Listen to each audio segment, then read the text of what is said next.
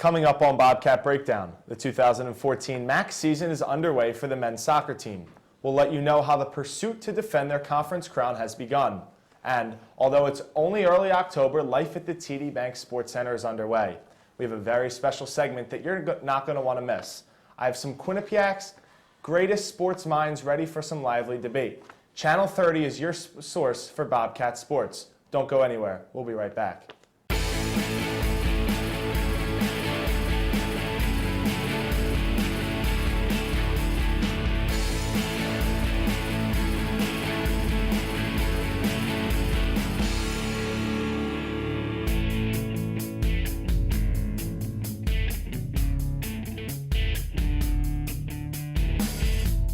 Welcome to the 6th episode of Bobcat Breakdown of the year. I'm your host, Morey Hershgordon, and joining me tonight is Matt Borker and Nick Palma. Guys, how's it going?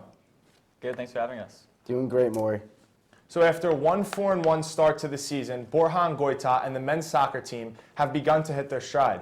3 consecutive shutout wins over Columbia, crosstown rival Yale, and MAAC foe Niagara, followed by a 1-1 tie at Canisius on Saturday, has the team sitting in a 3-way tie for second place. Over this 4-game stretch, 2 specific players on opposite sides of the field have stepped up for head coach Eric DeCosta. Nick Lazowitz has provided solid play at the left back position since Stevenson Hawkey went down with a high ankle sprain a few weeks ago. If this Bobcats team continues on their winning ways, does DeCosta insert Hawkey back into the starting lineup, or does Stevenson Hawkey now become the first defender off the bench, and does he keep Lazowitz in the starting lineup? Nick, we're going to start with you. All right, Morey. Well, anytime in sports, injuries are very unfortunate, for a player who goes down, such as Hawkey, and it sometimes makes a coach stick with the hot hand for the starting defense. In this case, I think it's different. You had the tough out-of-conference schedule, playing Boston College, Northwestern, and Providence. So, you think when Hawkey comes back from his injury that DeCosta is going to want to put him back because of the chemistry that he has with that starting lineup already. But, then again, you can have Lazowitz, who's playing solid at the D, and he's been stepping up big ever since Hawkey went down with that ankle injury. Yeah, I don't see a need to put him in right away. He won't be 100% coming off of that injury, and the way that these 4 players are playing right now, I don't see a need to fix something that's not necessarily broken. Yeah, well, that being said, you have Hawkey, who started 18 games 2 years ago and then 21 games last year. So the chemistry is there. Now, is the offense has also been picking up, so that's helped, take off the pressure from the defense. And the defense has been doing good, but that's also supported by players like Toby Esch, Eric Panzer, and Ashton Pett. But at the same time, Borja and Goita has been helping these defenders by playing magnificent in the goaltending position. So when Hawkey comes back, it's going to be interesting to observe how he battles back from that injury, if he's going to get back to 100%. We'll see how that goes, but I think DeCosta has to put him back, just based on, the performance of these players over the past 2 seasons. So, Nick, you say that Stevenson Hawkey needs to be inserted back into the starting lineup. This was a team that was tied for 7th in the country in shutout percentage last season. Aside from letting goals in, the defense is a major transition to the midfield, which is a major transition to your offense. So it all starts with defense. Matt, you're not too sure to start Hawkey right off the bat? No, especially because the defense actually has been helping out with the offense. Esch has already notched in 2 assists, and for it to include Hawkey back in, I don't really think it's that necessary, not to fix something that's not broken. However, there is a huge game coming up in Monmouth, and I think that if one of the defensemen starts slacking a little bit, you need that experience going into such a big game, so I would put him in if someone starts slacking. Yeah, I'm on page with you, Matt, but I think also that Lazowitz has been playing a good job, but he hasn't put any points. I know that his role as a defender is the left back, so his job is to get the ball up to those midfielders and forwards to help get create some offensive plays. But Hawkey is one of the best at his job at that left back position. So with big games like you said, Monmouth and Siena coming up on the schedule, you really need to make sure that you have your veteran guys that are used to playing these tough in-conference games in order to get this team back to where they were a year ago. Well, Nick, Hawkey was a very important piece to that defense last year. They won a MAAC championship, but Nick Lazowitz has stepped up, and the Bobcats have had a number of shutouts so far, 4 in just 10 games to start the year. The second player that has stepped up in a key role for the Bobcats this season is Machel Baker, a senior striker who many people looked at to fill in Simon Hines' shoes. He's finally began to make an impact for the offense. He leads the team with 6 points on 3 goals. Gentlemen, is he the central focus point of the offense from here on out for this Bobcats team? Or is it going to be more of a 3 to 4-headed beast, including players such as James Doig, Max Rothenbucher, and Rafael Carvalho? I mean, you hope those players step up, as well as Greco, who has a goal and 2 assists. However, right now, Baker's been the #1 goal scorer on the team with 3 goals, and he's really stepped up for the entire offense. I mean, with Baker being one of the veteran forwards on this team and with the only one with multiple goals on the team, you could lean towards the feeling that he's replacing Simon Hyde for the goal scoring for this Bobcat offense. But at the same time, this is not the offense that DeCosta has implemented into the Quinnipiac soccer team. His system relies on getting everyone touches, spreading the ball out equally, and that's what we've been seeing. We've seen guys like James Doig, Rothenbucher, and Rafael Carvalho getting their chances and scoring goals, and to help get these teams some big wins throughout the past few games. But when you really need a player, Baker's been there. In this most recent game against Canisius, he's the one that got the game-tying goal without an assist, without help from any other player. So I really think he's really leading the offense with no one else. But then you could take the Niagara game, for example, where Max Rothenbucher has helped set up plays for Machel Baker. So he got the assist for Machel Baker to break the 0-0 tie against Niagara to help get Quinnipiac the 2-0 win to get their first MAAC conference win of the season. So, at the same time, Machel Baker's been playing really well for this team, and it's important to have a goal scorer, score goals like him. But, I think that this team relies on scoring from within the offense, not just one player. Guys, great points. Going on to the last question for the men's soccer team. The Bobcats opened up the season with an exhibition game against UConn, and then games against Big Ten participant Northwestern, ACC team Boston College, and Providence from the Big East. How key were those out-of-conference games at the beginning of the year for the Bobcats, and how are they paying dividends right now? I think when you have a team like Quinnipiac, who's a very average team, that really helps really grow the team, try and see what they want to do in terms of chemistry and strategy as well. And definitely the biggest game out of them was Providence, notching 3 goals against them and getting their first win of the season against a team who's currently ranked 37th in the NCAA rankings is really big for them. Yeah, Providence was definitely one of the most important games, out of the conference schedule for this Quinnipiac team. They really got the offense going. They scored 3 goals. That was the game where Machel Baker and James Doig both got their first goals of the season. So you could tell that the offense has found its rhythm, from the Providence game, and from there on out, it's been really good for this Quinnipiac team. They've started scoring goals, taking pressure off the defense, as I said earlier, and with Borja and Goita playing really well, this team is destined to make a far run again. Now, you guys both say that the Providence game was the most important. Yes, the Bobcats did win, but then again, the game was in Hamden, where the Bobcats have a great home record. In the NCAA tournament, the Bobcats are probably not going to have a home game. They're going to have to go on the road.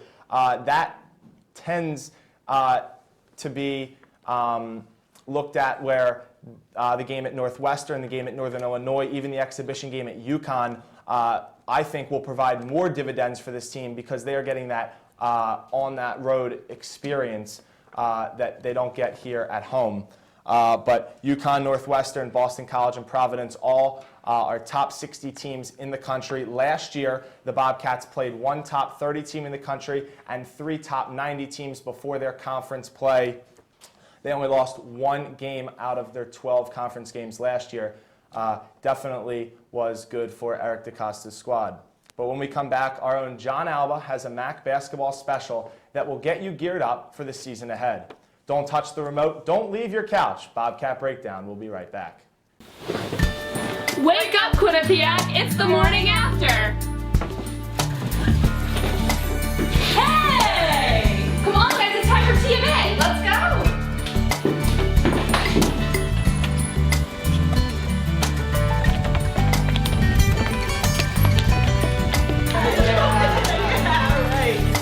What's the morning after? Mondays at 10, only on Q30. Welcome to Joya Spa and Salon in Hamden. Whether you want a new look or the perfect wedding day hair, come to us for complete hair and nail care, cuts, styles, updos, extensions, and beautiful dimensional hair color, as well as manis and pedis, acrylics, gels, and shellac. Treat yourself to a facial, a peel, or microdermabrasion. Relax with a variety of massage techniques, including Swedish and hot stone massage. Joya Spa and Salon. Call today.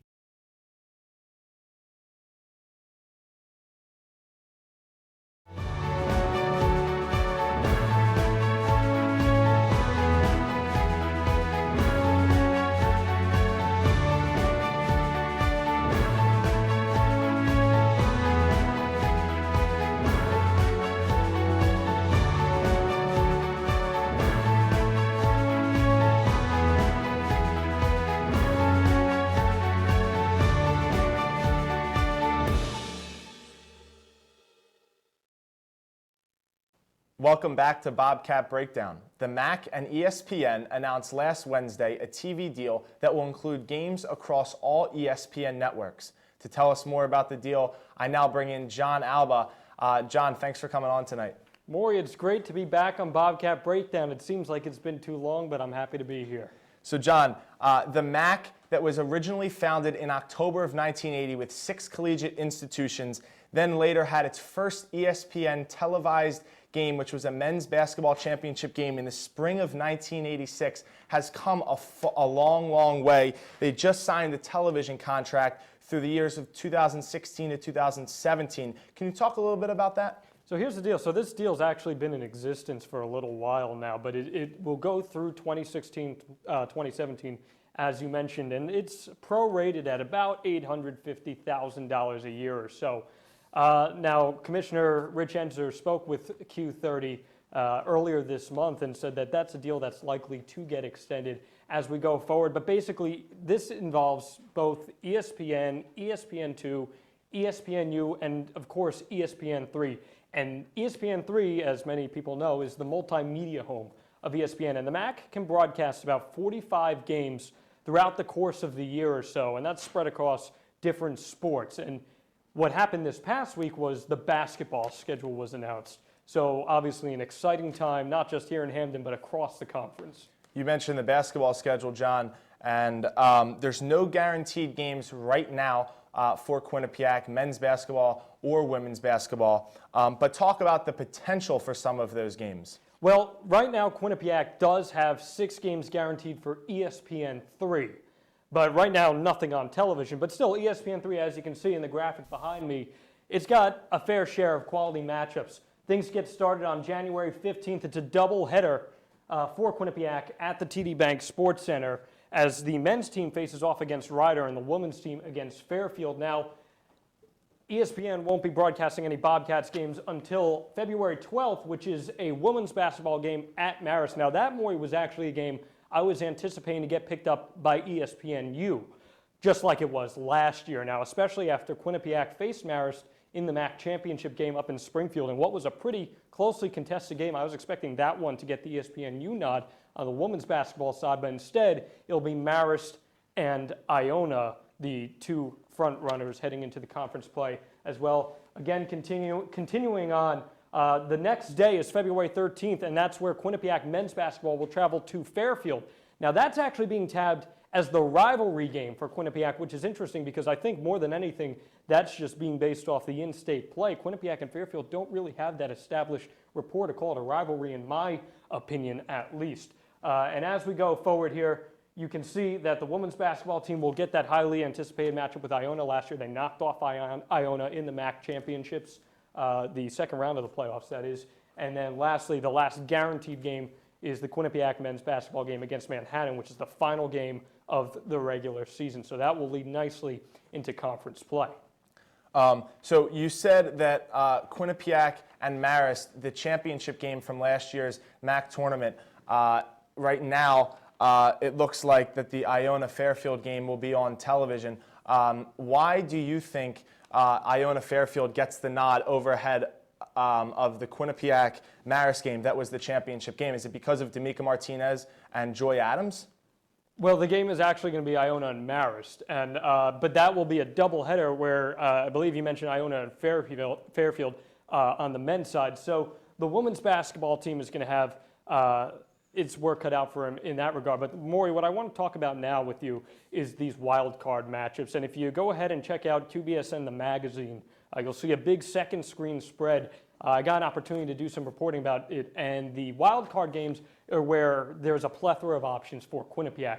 As you can see behind me, there's 3 games in particular that Quinnipiac will have the opportunity to get flexed on to television coverage or ESPN3. The MAAC has this deal with ESPN where it gives all these potential options across the conference, and in each potential wild card game, there's 3 matchups, and up to 21 games before the matchup is when 21 days rather before the matchup is when the conference and the television network will make the decision on what to broadcast. So the first chance that Quinnipiac will have to get flexed into is January 23rd versus the Manhattan Jaspers. That will be a home game. As I mentioned, the ESPN3 contest at the end of the season is already set in stone. That is at Manhattan. Following that is the next week, actually. That's against Canisius. That, once again, can only be flexed to ESPN3 or ESPNU. So the ceiling is ESPNU for the most part. However, the biggest one that Quinnipiac has a chance to get some national television exposure on a much more prorated scale would be February 27th versus Siena. Now, that would be the second to last game of the season for the Bobcats. If you remember, they faced Siena last year towards the end of the season. That's where Umar Shannon went down. That actually pretty much cost the Bobcats their season. Now, that game, as you can see, will get flexed to either ESPN2 or ESPNU if the conference decides to pick it up. Now, the problem with that, though, it has to go head-to-head in terms of potential wildcard matchups against Manhattan and Iona, who, as we've discussed and will be discussing going forward, are 2 of the more favored teams for the conference. So the Bobcats may have their work cut out for them in terms of getting some national television exposure. But nonetheless, this deal with the MAAC allows for all the schools in the conference to get some dividend of equal ESPN coverage, which ultimately, Morey, is what these schools could only hope for. Siena brings back all of the roster. Quinnipiac brings back the majority. Jon, thank you for coming on tonight. No, thanks, Morey, for having me. And don't forget, you guys can check out tons of great Quinnipiac basketball coverage as we go forward here through Q30 and QBSN.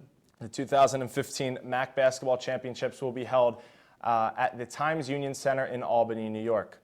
When we come back after the break, I'm going to bring Nick and Matt back, and they're going to talk about the MVPs of the week here in Hamden. Stay right here. Okay, so highlights for this week look pretty solid. Men's hockey versus Yale, men's basketball Iona.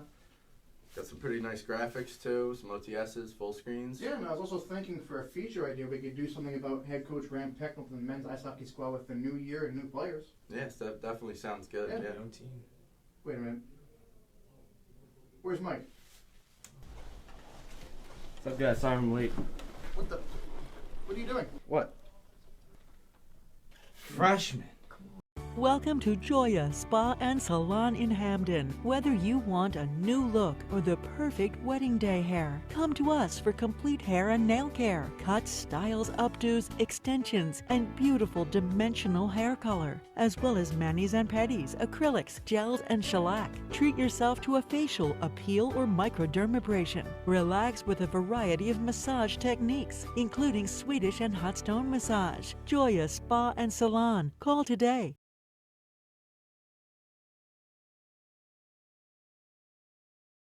Welcome back, Nick Palma, Matt Borker. Guys, this is my favorite part of the show. It's where we can live up to the name Bobcat Breakdown. So who in your mind is the Quinnipiac Athlete of the Week? I'll give you guys each 1 minute to talk, and then there'll be time for rebuttal afterwards. Nick, I want to start with you. All right, well, my athlete of the week is going to go to the women's hockey player. She's a freshman, Taylor Cianferrano.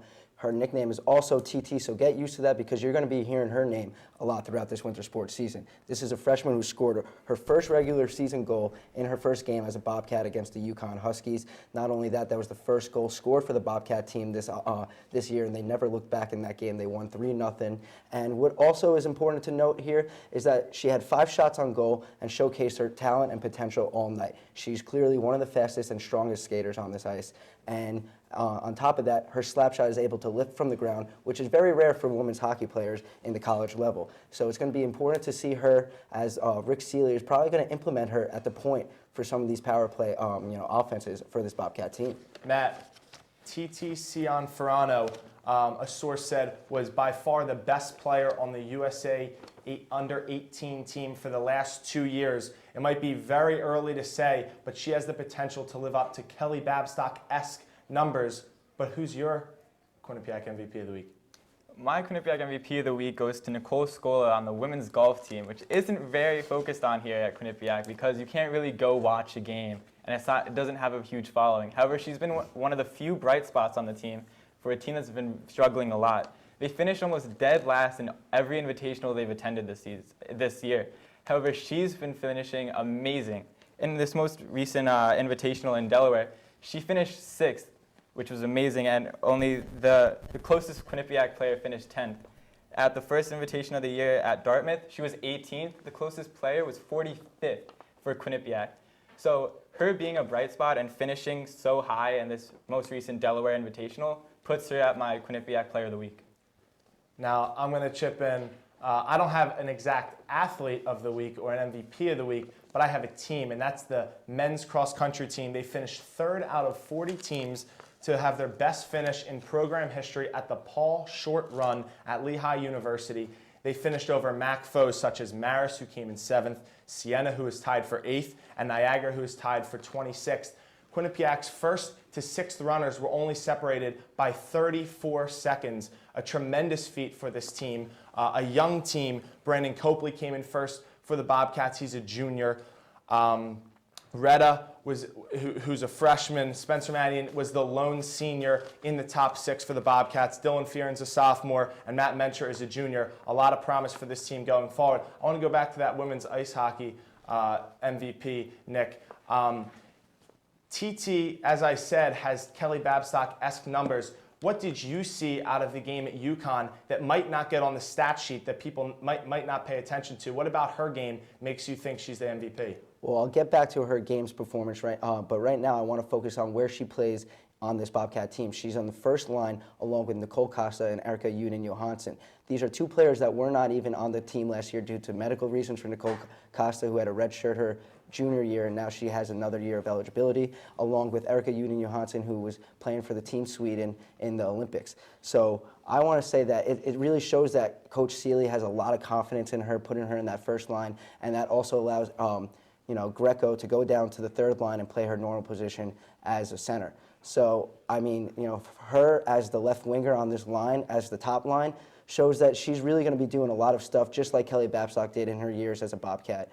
And, scoring a goal and getting 5 shots on goal during her first game shows that she has a lot of confidence. She's really poised there as a freshman. So look for her to, put up a lot of numbers this year just like Kelly Babstock. Matt, Nicole Scola is only a sophomore. What's the ceiling for her? Well, I think she's going to be one of the best players in Quinnipiac history in terms of women's golf. The numbers she's putting up, her personal bests are also the school best in just her freshman year of play. This goal is for the 18 holes, 36 holes, 54 holes. She all holds the record. So in terms of going forward from here, I only see her getting better in play. Well, guys, thank you very much for all the information, all the research coming on the show. But it looks like we are out of time. But don't forget to tune in next Monday at 8:30 right here on Q30 Television for the next edition of Bobcat Breakdown. For more information on Quinnipiac sports, like us on Facebook and follow us on Twitter at Q30 Sports. And check out the website at q30television.com. For Nick Palma and Matt Borker and the entire crew here at Q30, I'm Morey Hershgordon. Good night.